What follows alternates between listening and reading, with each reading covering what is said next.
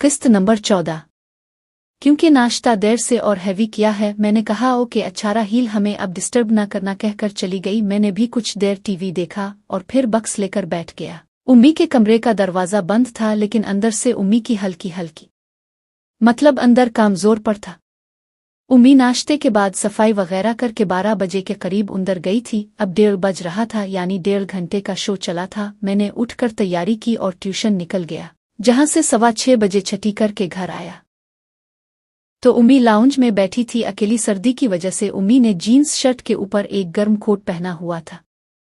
मुझे बहुत भूख लग रही थी, इसलिए घर आकर उम्मी से कुछ खाने को मांगा। उम्मी ने चाय बनाई, साथ में सिंक और एक बर्गर था। दिन को हम लोगों ने बर्गर से मंगवाए थे, तुम्हारे लिए रख दिया। मैंने पूछा सलीम गया? हाँ, वो 4 बजे चला गया था। मतलब कल रात से 4 बजे तक खूब इंजॉय किया आप लोगों ने? हाँ बहुत। फिर मैंने टीवी पर मूवी लगा ली। रात को उम्मी ने दाल बनाई थी। 10 बजे खाना खाकर सो गया। सुबह 8 बजे उठकर नाश्ता किया और 8:30 स्कूल के लिए निकल गया, जहां से दिन को वापसी हुई। खाना खाकर कुछ देर आराम किया और ट्यूशन निकल गया। शाम को आकर वही रूटीन रही। साल के आखिरी 10 दिन यूं ही गुजरे। इस दौरान फैसल के साथ उम्मी ने एक शो किया। दिसंबर के आखिरी दिन हमें छुट्टी दे दी गई। अब स्कूल 2 जनवरी को खिलना था। घर आया तो उम्मी ने बताया कल जावेद और Arshad new year night Meena ने हमारे घर आएंगे। मैंने कहा क्यों जावेद के घर? क्यों नहीं, वो असल में इसकी फैमिली यहाँ ही है। ओके ठीक है। दूसरे दिन छुट्टी थी। उम्मी ने कहा वो पार्लर जा रही है। उम्मी गाड़ी लेकर निकल गई। उम्मी की वापसी दोपहर को हुई। उम्मी फेशियल करवाकर और बालों की कटिंग करवाकर आई थी। मैंने कहा आज तो जावेद और अरशद मर ही जाएंगे, बहुत पोपट लग रही हो। उम्मी ने कहा हाँ, न्यू ईयर नाइट है तो पार्टी तो बुनती है। वैक्स भी करवाई क्या? मैंने पूछा हाँ, सब जगह की करवाई वैक्स, साथ पॉलिश भी। वाह क्या बात है। फिर उम्मी ने दिन का खाना बनाया। मैं खाना खाकर ट्यूशन निकल गया। वापसी पर आया तो उम्मी ने बताया कि वो लोग 10 बजे तक आएंगे और खाना यहाँ ही खाएंगे। मैंने कुछ नहीं बनाया, खाना भी वही लाएंगे। उम्मी ने चाय बनाई। चाय पीकर मैंने उम्मी से पूछा आज क्या पहनोगी? अरे पहनना किया है, जब सब उतर ही जाता है, बस नई वाली नाइटी ऊपर ओवरकोट। ये भी ठीक है। तुम सुनाओ? सबा के साथ न्यू ईयर मनाने का कोई प्रोग्राम नहीं बनाया? प्रोग्राम तो था, लेकिन कहाँ करे, घर में आपके सामने नहीं ला सकता और रात को वो आ नहीं सकती, इसलिए कैंसिल कर दिया। हाँ ये तो है, चुल्लू किसी दिन बिला लेना। जब मैं घर ना हुई तो उम्मी बोली मेरी बारी पर मशवरे दे रही है। खैर मैंने टीवी देखा। 9:30 बजे उम्मी तैयार हैकर बाहर आ गई। उम्मी ने मेकअप किया था हल्का सा और बालों को जोड़ा बनाकर बांध दिया था। 10 बजे बैल बजी। मैंने दरवाज़ा खोला। सामने जावेद और अरशद अंकल खड़े थे। जावेद के हाथ में खाने का सामान था। अरशद ने एक केक का डब्बा और एक काला शापर उठा रखा था। मैंने उनको अंदर आने को कहा और हेलो हाय की। जब मैं मेन गेट बंद करके अंदर दाखिल हुआ तो वो दोनों हाथों में उठाए सामान को मेज पर रख चुके थे। उम्मी ने उनको बारी बारी गिले लगाकर वेलकम किया। वाह शाजिया डार्लिंग, आज तो क़यामत लग रही हो, क्या रूप धारा है। जावेद उम्मी को देखकर बोला आज तो न्यू ईयर नाइट पर लगता है मर ही ना जाएं कहीं। अरशद ने उम्मी को कहा। दोनों को उम्मी ने सोफे पर अपने दाएं बिठाया और मुझे कहा राहिल सामान किचन में रखो और केक को फ्रीज में रख दो। हाँ बेटा, ये काले शापर को भी फ्रीज में रख दो। मैंने सारा सामान उठाया और किचन में रख दिया, एक फ्रीज में रखकर। जब मैंने वो काला शापर खुला तो इसमें शराब की एक बड़ी बोतल थी। मतलब ये लोग फुल पार्टी के मॉड में थे। इसके साथ एक छोटी बोतल सोडे की थी। मैंने दोनों को फ्रीज में रख दिया और बाहर आया।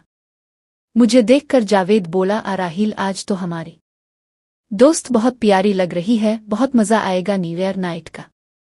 जी अंकल, मौका ही ऐसा है। मैंने कहा मेरा ख्याल है खाना खा लेना चाहिए क्योंकि भूख भी लग गई है और वक्त भी काफ़ी हो चुका है। उम्मी ने कहा। फिर उम्मी उठकर किचन में गई, साथ मुझे भी इशारा किया आने को। उम्मी ने खाना निकालकर मुझे दिया और मैंने लाकर बाहर डाइनिंग टेबल पर सजा दिया। फिर मैंने उन दोनों को भी कहा आ जाएं। सब ने मिलकर खाना खाया। जावेद कढ़ाई और मछली लाया था। खाने के बाद उम्मी ने सबको कहवा पिलाया। 11 बज चुके थे। अरशद ने कहा 1 घंटा रह गया है, न्यू ईयर को चुल्लू तैयारी करें। वो दोनों उम्मी को लेकर उनके बेडरूम में गए और कुछ देर बाद उम्मी ने मुझे आवाज़ दी। जब मैं अंदर गया तो जावेद बोला यार ऐसा करो, अरशद के साथ जाकर कुछ सामान ले आओ जो रह गया है। मैं अरशद के साथ गाड़ी में घर से निकला। न्यू ईयर की वजह से रश था। अरशद ने एक डेकोरेशन की बड़ी दुकान से कुछ सामान लिया, फिर एक मेडिकल स्टोर से भी सामान लेकर हम लोग घर आ गए। 11:30 हो चुके थे। फिर सब ने मिलकर उम्मी के बेडरूम में मोमबत्तियां लगा दें, साथ में गुलाब की पत्तियां बेड पर फैलाई। उम्मी ने आज खास तौर पर सफ़ेद रंग की बेडशीट बिछाई थी। अब अरशद ने उम्मी को गुलाब और मोतिया की कलियों से बने हुए गजरे और कंगन पहनाए। जावेद ने मुझे कहा, जाओ फरीद से दोनों बोतलें और गिलास ले आओ, साथ पानी और बर्फ भी लाना। मैंने पहले दोनों बोतलें और बर्फ लाकर रखी मेज़ पर और फिर जाकर 3 गिलास और पानी की बोतल भी ले आया। छुरी और केक भी लाकर मेज़ पर रख दिया कि अरशद ने मोम बत्तियां जलाकर एक और मेज़ पर रख दें। कमरे की लाइट बंद कर दी। कमरे बहुत रोमांटिक माहौल था इस वक्त। कमरे का मोमबत्तियों की रोशनी में बेड पर पड़ी गुलाब की पत्तियां किसी सुहागरात का मंजर पेश कर रही थीं। फर्क ये था कि इस सुहागरात की दुल्हन के दोशों थे जैसे 11:59 हुए। जावेद और अरशद ने उम्मी को सोफे पर दरमियान में बिठाया। जावेद ने मुझे भी एक तरफ से आकर छुरी पर हाथ रखने को कहा। मैंने भी उनके हाथ पर हाथ रख दिया। जूं ही घड़ी ने 12 बजाए, बाहर से एक गोला फटने की आवाज़ आई और हमने भी एक मोमबत्तियों को फूंक मार कर बुझाया और केक काट दिया। न्यू ईयर शाजिया डार्लिंग, वो दोनों एक साथ बोले। मैंने भी न्यू ईयर उम्मी कहा। उम्मी ने भी उनको दोनों और मुझे भी न्यू ईयर कहा। जावेद और अरशद ने उम्मी को अपने हाथ से केक खिलाया। इसके बाद उम्मी ने हम तीनों को केक खिलाया। मैंने आधा खाकर बाकी उम्मी के मुंह में डाल दिया। उम्मी ने मुझे कहा, चलो अब तुम जाकर सो जाओ, हमारी पार्टी तो देर तक चलेगी। मुझे पता था अब ये लोग क्या करेंगे, इसलिए मैं उठकर अपने कमरे में आया और सबा को कॉल करके निवाई रुका और फ़ोन पर ही करीब 1 घंटे बाद मैंने उठकर उम्मी के कमरे की जानिब जाने का सोचा और जब वहां पहुंचा तो दरवाज़ा हल्का सा बंद था।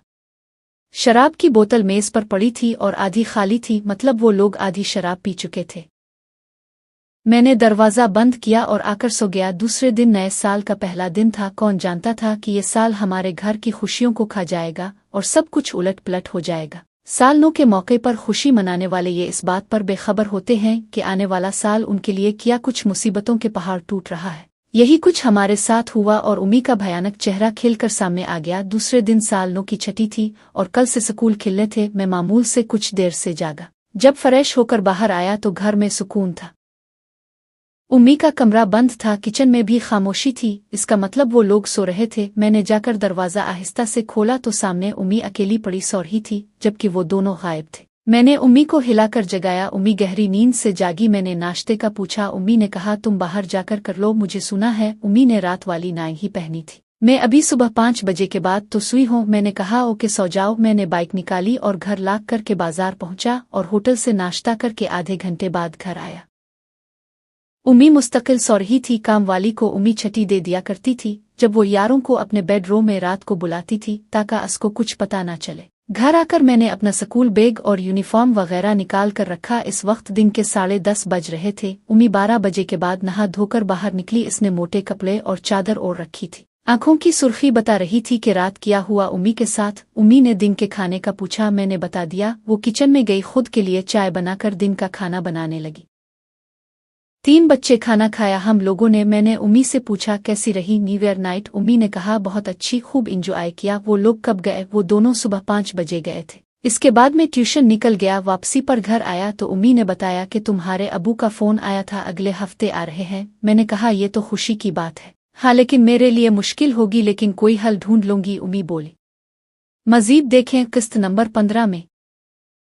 मोहतरम नाजरीन और सामेईन, इस कहानी का बकिया हिस्सा अगली आने वाली वीडियो में अपलोड किया जाएगा। अगर वीडियो अच्छी लगी हो तो हमारे इस यूट्यूब चैनल को सब्सक्राइब कीजिएगा और वीडियो को लाइक कीजिएगा और बेल आइकन पर ज़रूर क्लिक कीजिएगा ताकि न्यू अपलोड होने वाली वीडियो का नोटिफिकेशन आपको टाइम पर मिल सके। शुक्रिया।